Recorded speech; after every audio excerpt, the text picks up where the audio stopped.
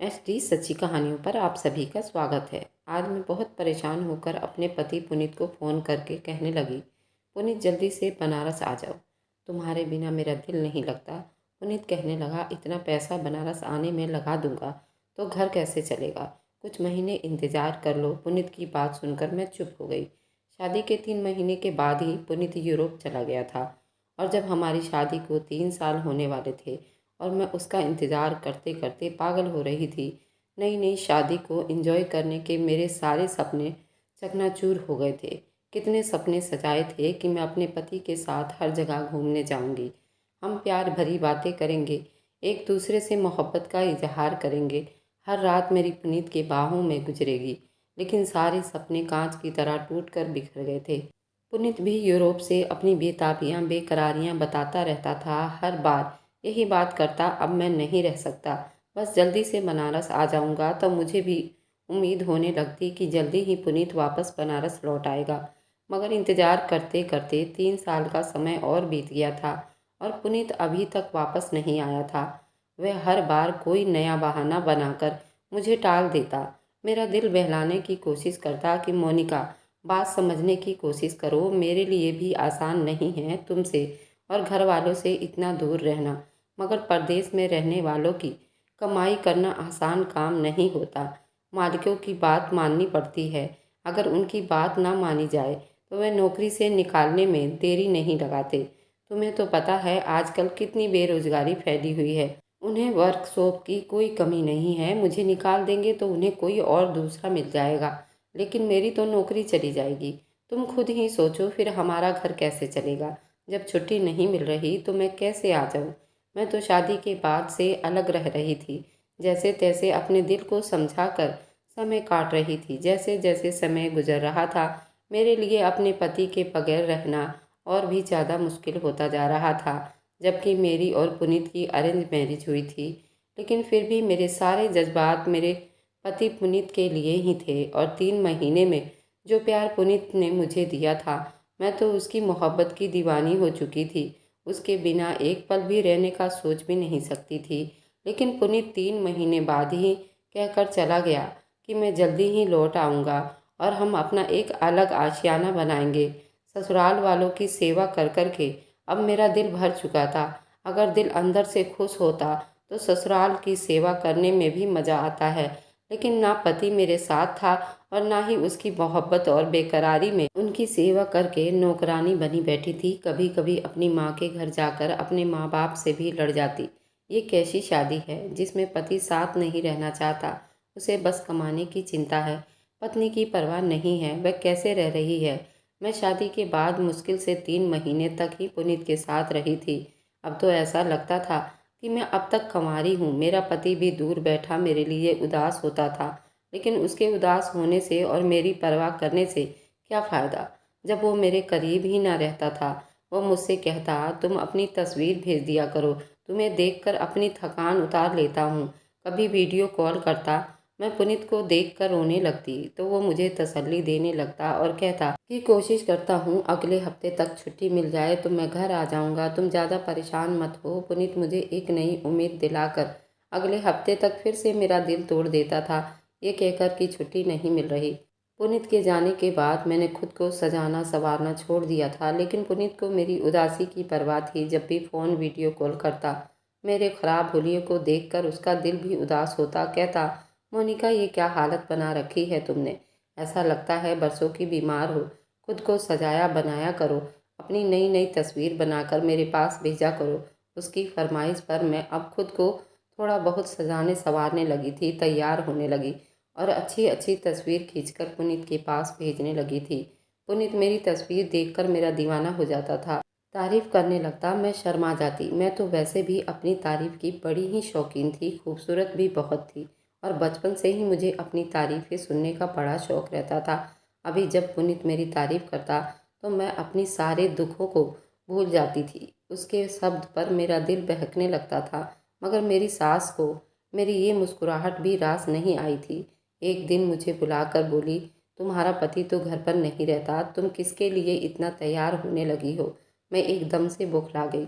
मैंने कहा, मम्मी जी, वो पुनीत वीडियो कॉल पर बातें करते हैं तो मुझे उजड़े हुए हुलिये में देखकर शिकायत करते हैं, इसलिए उनके कहने पर खुद को थोड़ा सा सजा संवार कर रखती हूँ।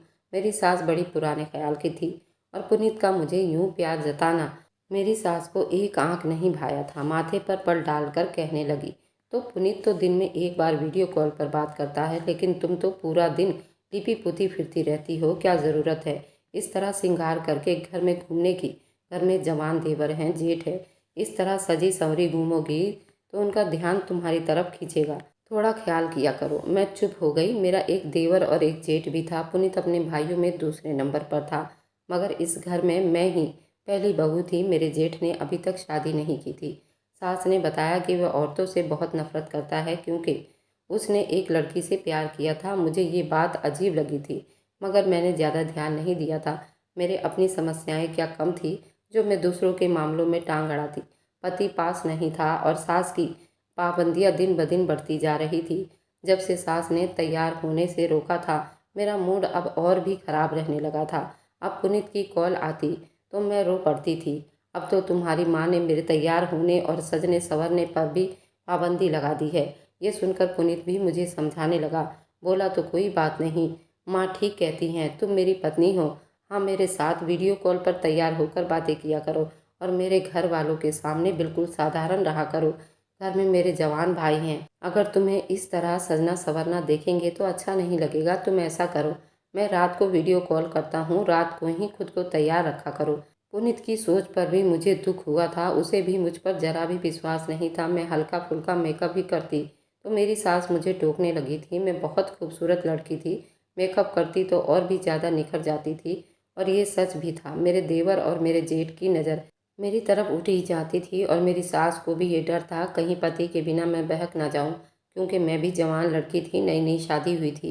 एक नेचुरल सी इच्छा होती है शादी के बाद लड़की का अपने पति के साथ रहना, और जब पति और पत्नी की इच्छाओं को पूरा ना कर पाए तो पत्नी इधर उधर बहक सकती है। और शायद यही डर मेरी सास को भी बैठा हुआ था। मैं फैंसी साड़ी पहनती तो मेरी सास मुझे फौरन ही रोक देती, कहती, इस तरह की साड़ी पहनने की क्या ज़रूरत है, फुल ब्लाउज पहना करो, सर पर पल्लू डाला करो, और कोई ज़रूरत नहीं है इतना फुल मेकअप करने की।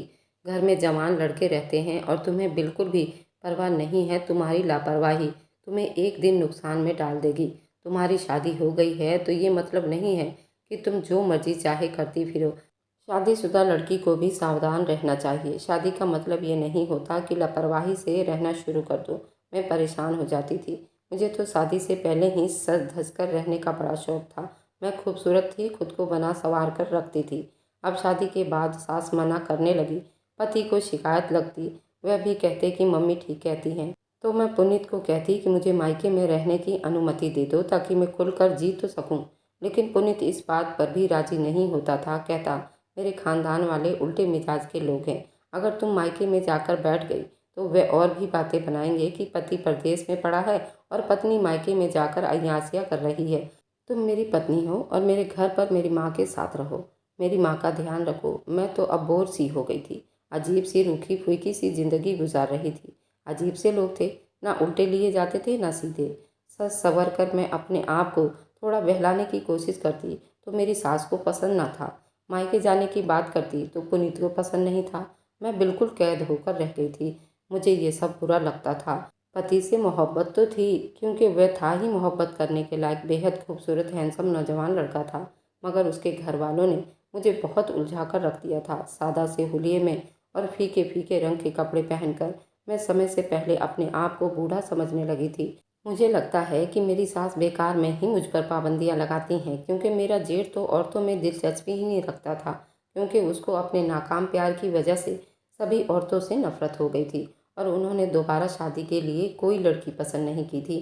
मेरा देवर भी बहुत ही सादा मिजाज का लड़का था, बस अपने आप में रहने वाला। सुबह घर से निकलता तो रात को ही वापस आता था और फिर ज़्यादातर अपने कमरे में ही रहता था।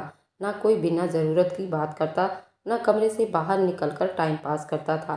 और वैसे भी उसकी भी मंगनी हो चुकी थी, मगर शादी इसलिए रुकी हुई थी क्योंकि मेरी सास उसकी शादी से पहले मेरे जेठ की शादी करना चाहती थी, क्योंकि मेरे जेठ सब भाइयों में बड़े थे और मेरी सास उनकी शादी करके इस फर्ज से भी आज़ाद होना चाहती थी।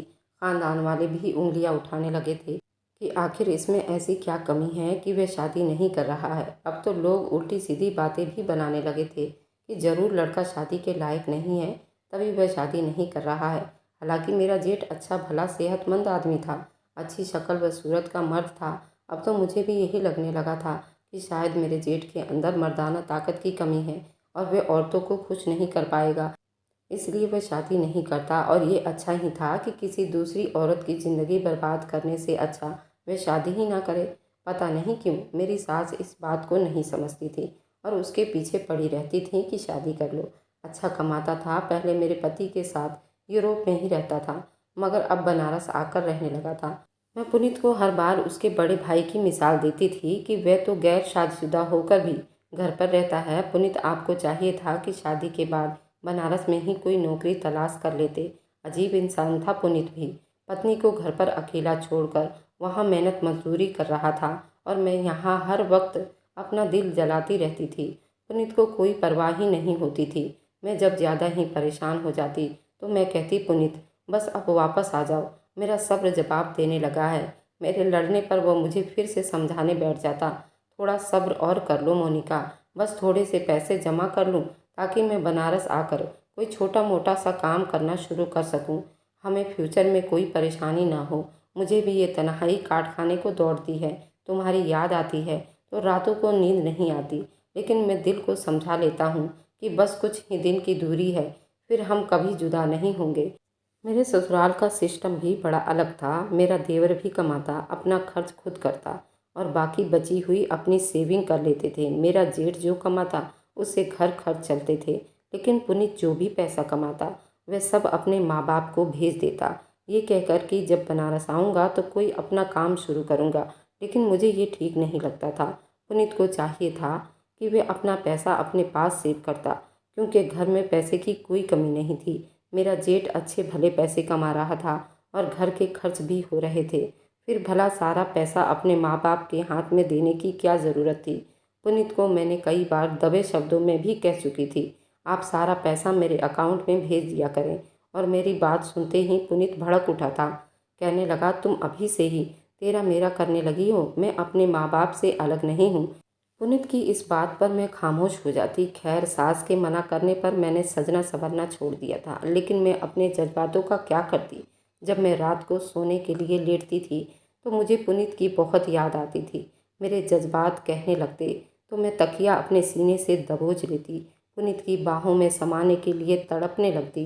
तंग आकर मैं बाथरूम में नहाने चली जाती और जब कपड़े उतारती तो अपना बदन देखकर मैं और भी ज़्यादा बहकने लगती थी। अब मुझे अजीब सी आदत होने लगी थी। मैं जब भी नहाने जाती तो अपनी तस्वीर बना लेती थी और उन्हें देखकर पता नहीं क्यों मैं खुश होती रहती थी। अब तो ये आदत मेरी इतनी ज़्यादा बढ़ चुकी थी कि मैं ज़्यादातर समय अपना बाथरूम में ही गुजारने लगी थी और नहाने के बीच अलग अलग पोज में अपनी तस्वीर बनाती रहती। अब तो मेरा दिल मेरे बस से बाहर होता जा रहा था और फिर एक दिन जज्बातों में बहक कर मैंने एक ऐसा कदम उठा लिया जो शरीफ औरतों को शोभा नहीं देता, मगर मैं अपने खूबसूरत बदन की तारीफ़ें सुनना चाहती थी। मैं चाहती थी कि मर्द मेरे इस खूबसूरत से फिगर की तारीफ़ करे और इसलिए ये काम करते हुए मुझे उस समय बिल्कुल भी शर्मिंदगी नहीं थी। लेकिन मुझे नहीं पता था ये कदम मेरी ज़िंदगी में क्या तूफ़ान मचाकर रख देगा। मेरी सास हर वक्त मेरे ऊपर निगाह रखती थी। मैं ज़्यादातर कमरे में बंद रहती या बाथरूम में ज़्यादातर समय गुजारती थी, तब भी मेरी सास को खटकने लगा था। वे अक्सर मुझसे सवाल करने लगती और मुझे देखकर उनके चेहरे के हाव भाव अलग हो जाते। एक दिन मेरा मोबाइल ख़राब हो गया तो मैं एकदम से घबरा गई। मोबाइल के बिना तो मेरा गुजारा ही नहीं था। अपनी तस्वीर बनाने का जो मुझे नया नया शौक़ चढ़ा हुआ था, वह शौक़ मुझ पर कुछ ज़्यादा ही हावी हो चुका था और उसके बिना मैं एक दिन भी नहीं रह सकती थी। मोबाइल ठीक करवाने के लिए दुकान पर देना पड़ता और मेरे मोबाइल में तो मेरी ऐसी ऐसी तस्वीर थी, अगर कोई देख लेता तो मैं बदनाम हो जाती। पुनीत का मेरी सास के नंबर पर फ़ोन आया तो मैंने पुनीत को मोबाइल ख़राब होने का बताया। पुनीत बोला, तुम चिंता मत करो, बड़े भैया वैसे भी घर के सब मोबाइल अपने दोस्त की दुकान पर जाकर खुद ही ठीक कर लेते हैं। तुम भी सुनील भैया को फ़ोन दे दो, वह तुम्हारा फ़ोन ठीक कर देंगे। मुझे भी थोड़ा सुकून हो गया था कि चलो मेरा जेठ इस टाइप का मर्द नहीं है कि वो मेरे मोबाइल में ताका झाकी करेंगे। मेरे जेठ ने पूछा तो मैंने बता दिया। सुबह के समय अपने जेठ को फ़ोन दे दिया था और वे शाम को ही ठीक करवा कर ले आया। मैं जेठ के कमरे से मोबाइल लेने गई तो सास ने जेठ के कमरे से निकलते देख लिया और वह एकदम से घबरा गई। मुझे बुलाकर सवाल करने लगी, तुम हर्ष के कमरे में क्यों गई थी?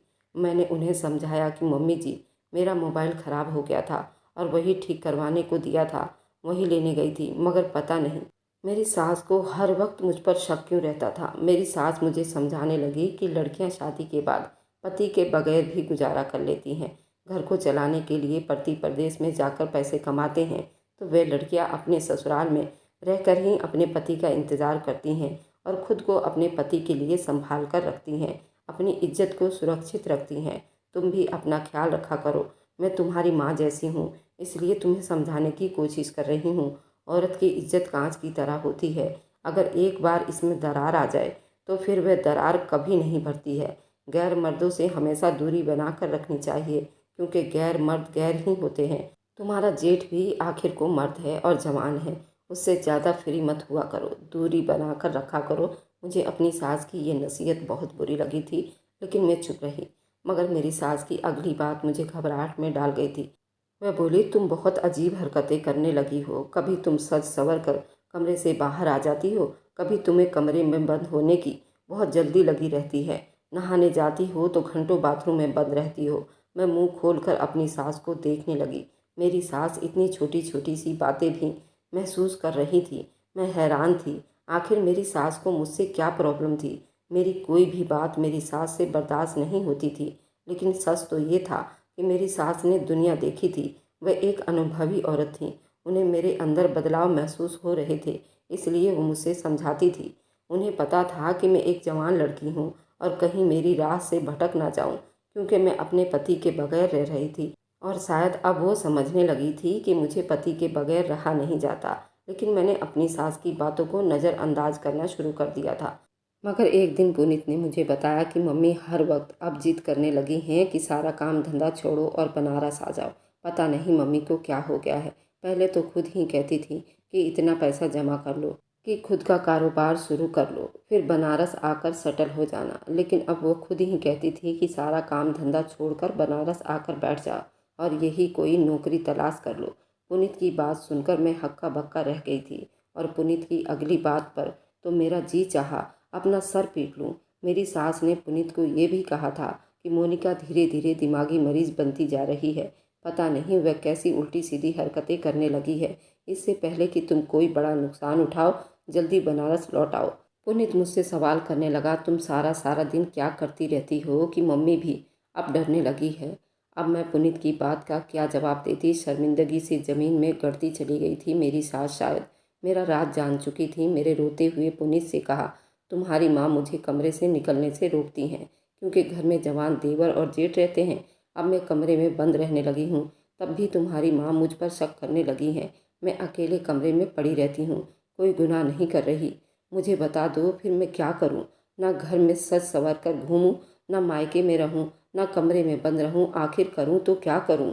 मैं गुस्से से फट पड़ी थी। गुस्से की तेज तो मैं शादी से पहले थी। मेरी माँ भी मेरी इस बात से डर जाती थी। गुस्से में मुझे कुछ भी दिखाई नहीं देता था, ना ही मैं सामने वाले का कोई लिहाज करती थी। जो मुंह में आता बदतमीजी कर जाती थी। और शादी के बाद पति की दूरी ने मुझे और भी चिड़चिड़ा बना दिया था। और फिर मेरे दिल में चोर भी था, इसलिए मैं डर भी गई थी और चीख चिल्लाकर अपने आप को सही साबित करने लगी थी। मेरे रोने और चीखने चिल्लाने पर पुनीत कुछ गड़बड़ा सा गया और सफाइयाँ देने लगा। कहने लगा, मेरी माँ को गलतफहमी हो गई होगी।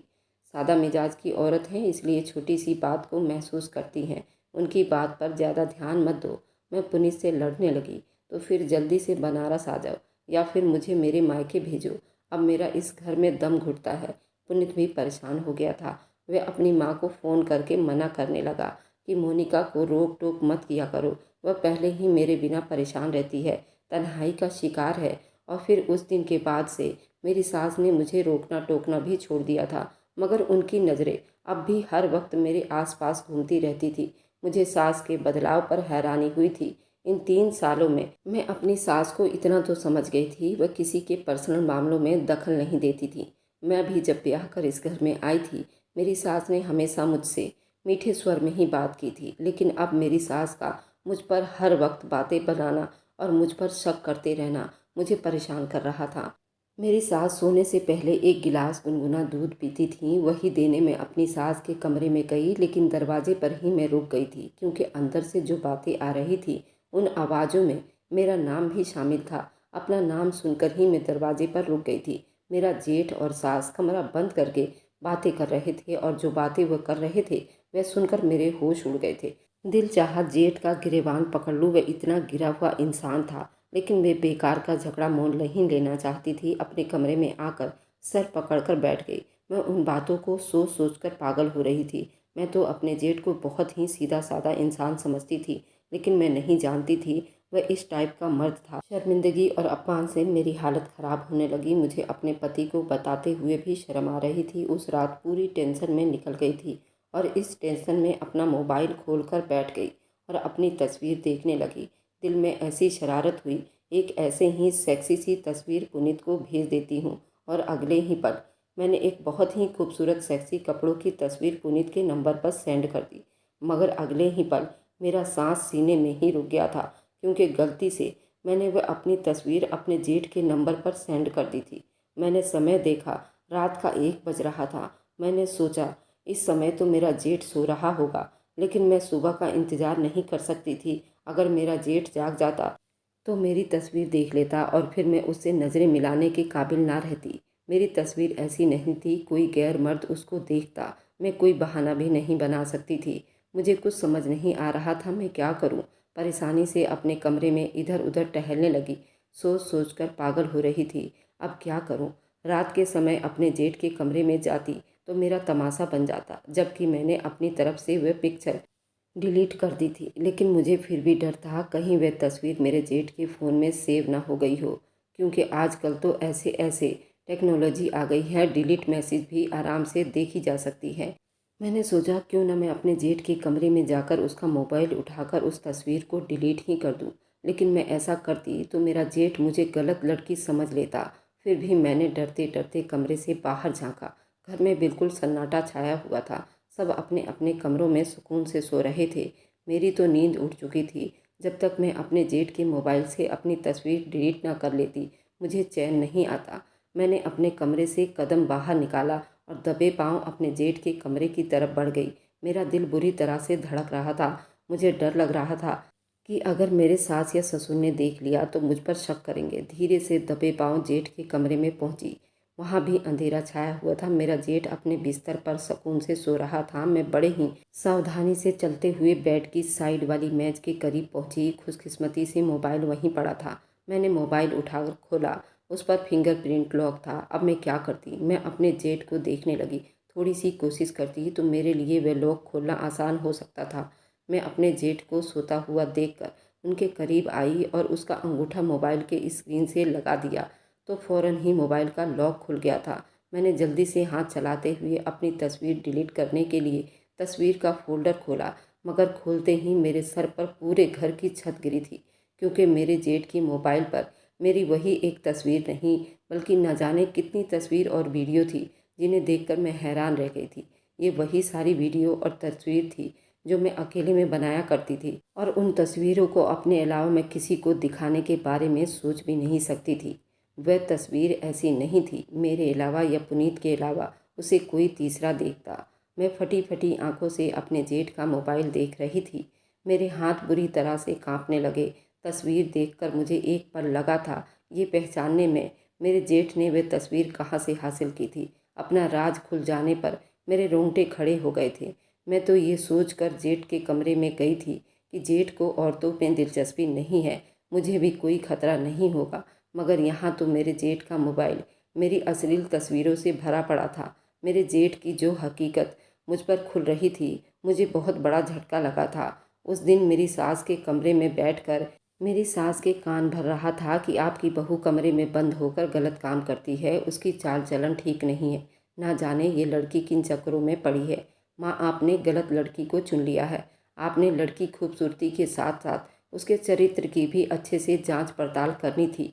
उस समय मैं अपने जेठ के ये शब्द सुनकर हैरान रह गई थी। मुझे गुस्सा भी बहुत ज़्यादा आया था। मैं समझ नहीं पा रही थी मेरा जेठ मेरे बारे में ऐसी बातें क्यों कर रहा था, क्योंकि उस समय मुझे नहीं पता था कि मेरा जेठ मेरे बंद कमरे और बाथरूम की सारी हकीकत जान चुका था। लेकिन अब उसके मोबाइल में अपनी तस्वीर देखकर मैं सब जान चुकी थी कि वह मेरे बारे में सब कुछ जानता है। मेरा दिल अब डर से कांपने लगा था। अभी मैं वह सारी तस्वीर डिलीट करना चाह रही थी कि मेरा जेठ नींद से जाग गया।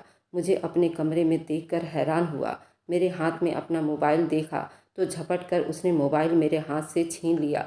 गुस्से से बोला, मेरे कमरे में इस वक्त क्या कर रही हो? मुझे जेठ पर बहुत गुस्सा आया। मैंने कहा कि मेरी तस्वीर क्यों बनाई आपने? मैं इस घर की बहू हूँ, कैसे बेशरम मर्द हो? अपने छोटे भाई की पत्नी की ऐसी तस्वीर मोबाइल में रखी हुई है। मेरा जेठ मजाक उड़ाने वाले अंदाज में हंसा था।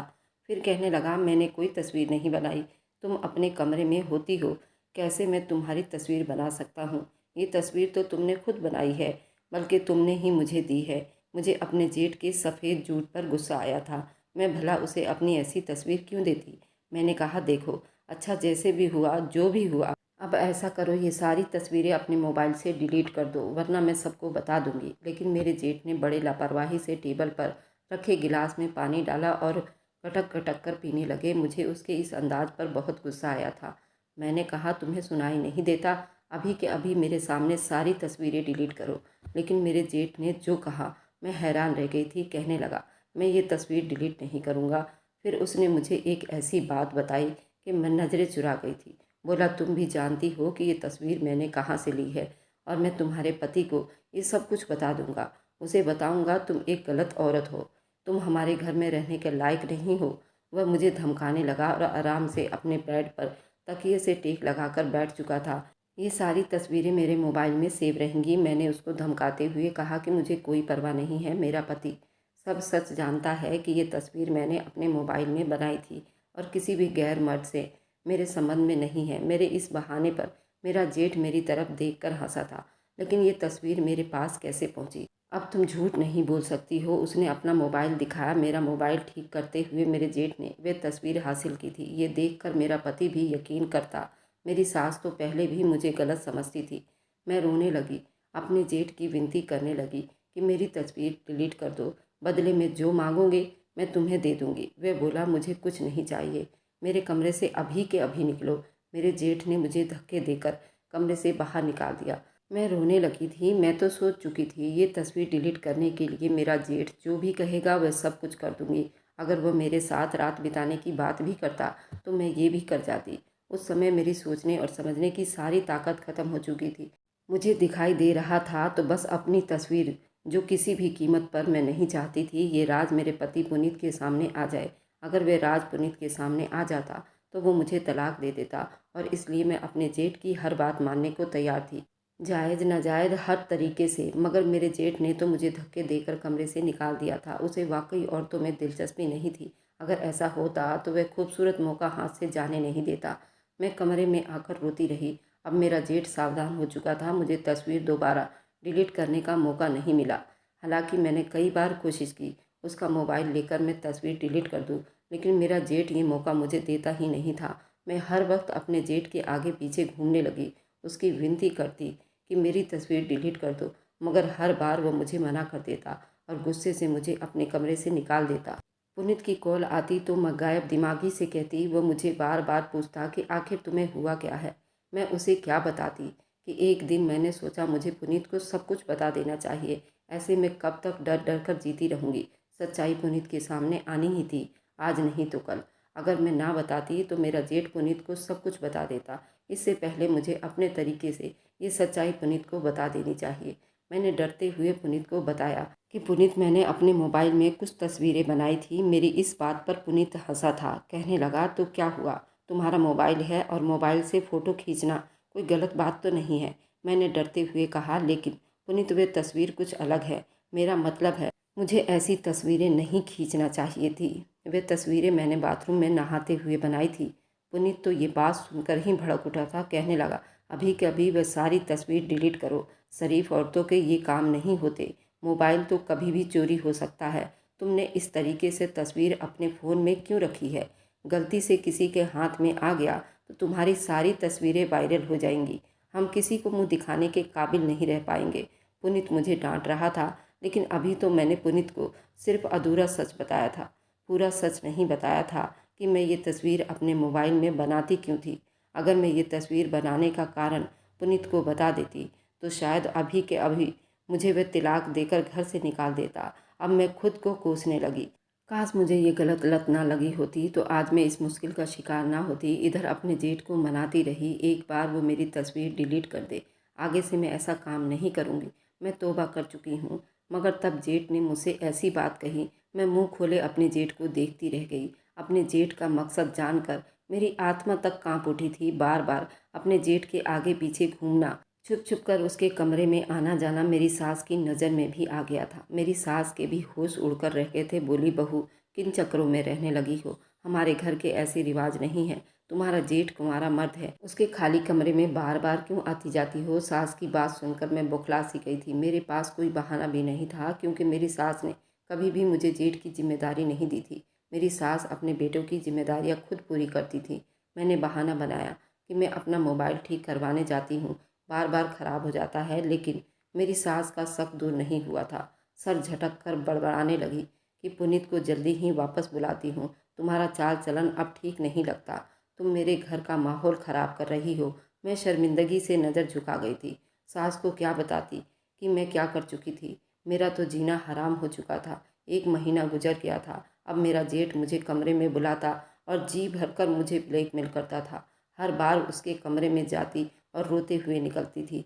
पूरा महीना इसी परेशानी में गुजर गया था। मुझे जब मौका मिलता मैं अपने जेठ की विनती करती, अब तो मुझ पर दया करो। मुझ पर जुल्म करते करते पूरा 1 महीना हो चुका है। मैं घुट घुट कर रोती रहती हूँ, तुम्हें मुझ पर दया क्यों नहीं आती। मेरा जेठ नरम नहीं पड़ता था। अब सास भी मुझ पर शक करने लगी थी और 1 महीने बाद ही पुनीत वापस बनारस लौट आया। मैं अपने पति को देखकर पत्थर की बन गई थी। खुशी की बजाय मेरा दिल डर से सिकुड़ सा गया था। मेरा पति हंसता मुस्कुराता मेरे पास आया तो मैं डर से सफ़ेद पड़ गई थी। मैं अब वैसी नहीं रही जैसे वो मुझे छोड़ कर गया था। मेरा सच जानकर मेरा पति मुझे तलाक दे देता और यही सोचकर मेरा दिल डूबता जा रहा था। मैंने मुश्किल से अपने आप पर काबू पाया और मुस्कुराहट सजाई थी। मेरा दिल रो रहा था। काश मैं पहले की तरह पवित्र और बेदाग रहती तो पति के आने पर भी मैं खुश हो जाती। मेरा पति मेरे लिए ढेरों सामान लेकर आया था। वह बोला, मेरे लिए भी इतना समय तुमसे दूर रहना बहुत मुश्किल था, मगर मैं तुम्हारे और अपने फ्यूचर के लिए मेहनत कर रहा था ताकि हमें कभी किसी चीज़ की तंगी ना हो। वो मेरा धन्यवाद कर रहा था कि मैंने उसका इंतज़ार किया। मैं पुनीत की बात पर शर्मिंदगी से रोने लगी। मैं थक चुकी थी, खुद पर गुनाह का बोझ लादे बैठी थी जो मुझे मेरी ही नज़रों में गिरा दिया था। मेरे रोने पर पुनीत परेशान हो गया। मुझसे पूछने लगा, क्या हुआ, अब तो मैं आ गया हूँ, अब क्यों रो रही हो। मैंने झूठ बोल दिया। मैंने कहा, ये तो खुशी के आंसू है। पति ने आने के बाद भी अपने जेठ से अकेले में यही विनती करती थी कि मुझ पर दया करो, मुझे बर्बाद मत करो। मैं आम सी लड़की थी, गलती से पाप कर बैठी, मगर अब पछता रही हूँ। मेरा जेठ बोला कि मैं तुम्हारी सच्चाई पुनीत को ज़रूर बताऊंगा। ठीक है, अगर वह इतने बड़े दिल का मालिक हुआ और सब कुछ सच्चाई जानकर तुम्हें माफ़ कर देगा तो फिर मैं तुम्हारे रास्ते से हट जाऊंगा, कभी भी तुम्हारी राह में रुकावट नहीं बनूंगा। मैं एक गैरतमंद मर्द हूँ और मेरा ज़मीर इस बात की इजाज़त नहीं देता कि मैं एक ऐसी औरत को अपने घर में स्वीकार करूँ जो गैर मर्दों के अलावा मेरे भाई के सामने भी अपने आप पेश करती रहो। मगर हो सकता है मेरे भाई का दिल इतना बड़ा हो और वह तुम्हें माफ़ कर दे। अगर मैं उसकी जगह होता तो तुम्हें कभी भी माफ़ न करता। जेठ के मुंह से ये सब सुनकर मैं लड़खड़ा गई थी। पहले दिन जब मैं जेठ के कमरे में गई थी, उसी दिन वह मुझे अपमानित कर रहा था और हैरान भी कर रहा था। जब मैंने उस वीडियो की तस्वीरें डिलीट करने के लिए बोला था, जेठ ने तभी कहा था, अब मुझे पुनीत का इंतज़ार करना है, मैं उसे तुम्हारा ये कारनामा ज़रूर दिखाऊंगा। अगर मैं खुद मोबाइल ठीक ना करता तो मुझ पर कभी भी ये राज ना खुलता कि तुम छुप छुप कर मेरे भाई की इज्जत नीलाम कर रही हो। मैं अपनी इस गलती पर सर पकड़कर रो रही थी। अपनी फ़ोटो डिलीट करवाने के लिए मैंने अपने जेठ के सामने अपने आप को भी पेश कर दिया था और मेरा जेठ मेरे इस ऑफ़र पर हक्का बक्का रह गया था। बोला, तुम तो वाकई बहुत ही नीच और घटिया किस्म की लड़की हो। मैंने सोचा था कि तुम सिर्फ तस्वीर तक ही सीमित हो, लेकिन तुम तो अपना शरीर भी मुझे सौंपने पर राजी हो गई हो। अगर तुम मेरे साथ ये काम करने को तैयार हो तो तुम किसी दूसरे मर्द के साथ भी ये काम कर सकती हो। तुमने तो अपनी सारी हदें पार कर दी। तुम एक धोखेबाज और चरित्रहीन लड़की हो जो पति के गैर मौजूदगी में गैर मर्दों से जिस्मानी सुकून हासिल करना चाहती हो। मैं इतने अपमान पर कट कर रह गई थी, मगर मेरे जेठ ने मुझे हाथ तक भी ना लगाया था, बल्कि मेरी ऑफर पर उसने गुस्से से कहा, मैं तुम जैसी औरत को छूना भी पसंद नहीं करता। मेरी मंगेतर भी बहुत हसीन लड़की थी, उसकी खूबसूरती देखकर हर कोई उसका दीवाना हो जाता। मैं भी हो गया था। मैं भी उससे प्यार कर बैठा था, लेकिन मैंने उससे मंगनी तोड़ दी थी। जानती हो क्यों? क्योंकि वह एक लूज करेक्टर की लड़की थी। उसके दूसरे मर्दों के साथ भी संबंध थे। मुझे तब से ही औरतों से सख्त नफरत है। क्या हम भाइयों के नसीब में ऐसी ही औरतें रह गई थीं? मैं अपने भाई के घर में ऐसी चरित्रहीन औरत बिल्कुल भी बर्दाश्त नहीं करूँगा। मेरा भाई वहाँ परदेश में तुम्हारे ऐशो आराम के लिए मारा मारा फिर रहा है और तुम यहाँ उसकी इज्जत खराब कर रही हो। जेठ ने मेरे पास कोई रास्ता नहीं छोड़ा था। एक दिन जब घर के सारे लोग घर पर मौजूद ना थे, सिर्फ मेरा जेठ और पुनीत और मैं थी, मेरे जेठ ने मेरी सारी असलियत पुनीत के सामने खोल कर रख दी थी। तुम्हारी पत्नी ने फेसबुक पर एक पर्सनल गुप्त अकाउंट बनाया हुआ था, जिस पर वह अपना चेहरा छुपाकर अपनी सेक्सी तस्वीर डालती थी, जिसके बदले हजारों सैकड़ों अय्यास मर्द देखते थे और उसके फिगर की तारीफ करते हैं और गंदे गंदे कमेंट भी करते हैं, और ये लड़की खुश होती है। मैं सर झुकाकर रोने लगी थी। पुनीत मुझे आश्चर्य से देख रहा था। फिर वह अपने भाई पर गुस्से से चीखा, और आप मेरी मासूम पत्नी पर कैसा इल्ज़ाम लगा रहे हैं? मेरे जेठ ने मेरी आईडी खोलकर मेरे पति के हाथ में फ़ोन थमा दिया। मेरा मोबाइल ठीक करते हुए जब मेरे जेठ ने मोबाइल खोला तो सारा मोबाइल चेक किया और वहाँ मेरी आईडी भी देख ली और उसके स्क्रीनशॉट लेकर रख दिए थे। मैं तो अपनी तरफ से आईडी डिलीट कर चुकी थी, लेकिन वह स्क्रीनशॉट सबूत थे। मैं रोने लगी, अपने पति से अपनी गलती की माफ़ी भी मांगी कि मैं गलती कर बैठी थी। मैं अब अपनी आईडी डिलीट कर चुकी हूँ, मुझे माफ़ कर दो। दोबारा ऐसी गलती नहीं होगी और ना करूँगी। रोती रही, विनती करती रही, लेकिन पुनीत ने मुझे धक्के देकर घर से निकाल दिया। मैं रोते हुए माँ के घर चली गई। मैं एक छोटी सी गलती से अपना घर बर्बाद कर चुकी थी। मेरी माँ ने जब सच्चाई सुनी तो उन्होंने भी मुझे ही बुरा भला कहा। कोई भी मर्द ये बर्दाश्त नहीं करेगा कि उसकी पत्नी उसके अलावा किसी दूसरे को अपनी खूबसूरती दिखाए, और तुमने तो हद पार कर दी थी। अब मुझे ज़िंदगी से नफरत हो गई थी।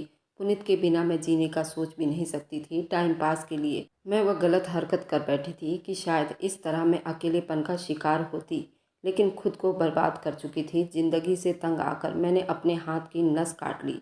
मैं अब जीना नहीं चाहती थी, लेकिन शायद अभी ज़िंदगी मुझ पर मेहरबान थी। जब होश आया तो मैं हॉस्पिटल के कमरे में थी। पुनीत मेरे पास ही बैठा हुआ था, लेकिन उसके चेहरे पर गुस्सा था। पुनीत के पीछे मेरा जेठ भी खड़ा हुआ था। मैं नज़रें चुरा गई। आंसू बहकर तकिए में समाने लगे। मैंने कहा, पुनीत, मैं इस काबिल नहीं हूँ कि अब जिंदा भी रहूँ। मैंने तुम्हारा मान तोड़ दिया। मैंने तुम्हारा इंतज़ार नहीं किया, लेकिन खुद को बहलाने के लिए गलत राह पर चल पड़ी थी। मुझे ये नहीं करना चाहिए था। तुम्हारा फैसला अपनी जगह बिल्कुल ठीक है। मुझ जैसी औरत को तुम्हें अपनी ज़िंदगी में नहीं रखना चाहिए। पुनीत ने मेरा हाथ थाम लिया।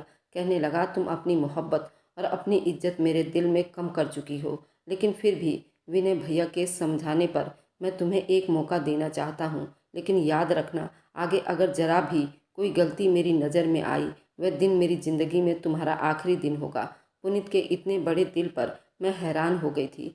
उसने मुझे माफ़ कर दिया था, मुझे एक मौका दिया था। पुनीत बाहर चला गया, लेकिन मेरा जेठ मेरे कमरे से बाहर नहीं गया था। वो मेरे बेड के पास आया और कहने लगा, मोनिका, मैंने पुनीत को सिर्फ तुम्हारी तस्वीर और तुम्हारी आईडी के बारे में बताया था। पुनीत को ये नहीं बताया कि तुम अपनी तस्वीरों को डिलीट करवाने के चक्कर में अपना आप मेरे सामने पेश कर चुकी थी। अगर ये सच्चाई मैं पुनीत को बता देता, शायद पुनीत तुम्हें कभी भी अपनाता नहीं। लेकिन मैंने सच्चाई पुनीत को नहीं बताई। उम्मीद करता हूँ कि तुम फ्यूचर में कभी ऐसी गलती नहीं करोगी। तुम्हारी सच्चाई मैंने इसलिए पुनीत को नहीं बताई क्योंकि आज तक तुमने जो भी किया सिर्फ तस्वीर तक सीमित थी। इसके अलावा तुमने कभी भी किसी गैर मर्द के साथ कोई भी गलत संबंध नहीं बनाए थे। पूरी जानकारी इकट्ठी करने के बाद ही मैंने ये सच्चाई पुनीत से छुपाई थी। तुम अब भी सिर्फ और सिर्फ मेरे भाई की हो, लेकिन याद रखना, जिस दिन मुझे तुम पर शक हुआ, मैं खुद सारी सच्चाई पुनीत को बताकर तुम्हें उसकी ज़िंदगी से दूर कर दूंगा। मैंने अपने जेठ का धन्यवाद किया था। मेरा जेठ बाकी बहुत ही अच्छा इंसान था। मैंने ही दिल में भगवान से प्रार्थना भी की थी उसकी ज़िंदगी में एक बहुत ही अच्छी और वफादार लड़की आए। कुछ ही दिन बाद ठीक होकर मैं घर वापस आ गई थी और पूरे जी जान से और अपने ससुराल की सेवा में लग गई थी। मैं पुनीत को या अपने ससुराल में किसी को भी अब कोई ऐसा मौका देना नहीं चाहती थी। लोग मेरी तरफ उंगली उठाते। पुनीत बहुत अच्छा इंसान था। उसने मेरी सारी गलतियों को माफ़ करके मुझे दिल से अपना लिया था। मुझे वैसा ही प्यार दिया था जिसकी मैं हकदार थी। कभी कभी तो मुझे खुद पर ही शर्म महसूस होती है कि मैंने अपने पति की मजबूरी को नहीं समझा था और अपने तन्हाई को दूर करने के लिए गलत शौक पाल लिए थे। आखिर मैं इतना ही कहना चाहूँगी, लड़कियों की इज्जत कांच की तरह होती है और नाजुक होती है। उसे संभाल कर रखें। आपकी एक छोटी सी गलती भी आपकी इज्जत को तार तार कर सकती है। हर किसी के किस्मत में पुनीत जैसा सच्चा प्यार करने वाला जीवन साथी नहीं होता। दोस्तों, आज की कहानी आपको कैसी लगी कमेंट बॉक्स में ज़रूर बताना। अगर आपको आज की कहानी पसंद आई है तो वीडियो को ज़रूर लाइक कीजिएगा और अपने दोस्तों के साथ शेयर भी कीजिएगा। और हाँ, अगर आपने अभी तक हमारे चैनल को सब्सक्राइब नहीं किया है तो ज़रूर सब्सक्राइब भी कर लें। और मिलते हैं हम अपनी कल की एक नई दिलचस्प कहानी के साथ। मुझ पर सदा अपना प्यार और स्नेह बनाए रखें। सभी को मेरा प्यार भरा नमस्कार दोस्तों।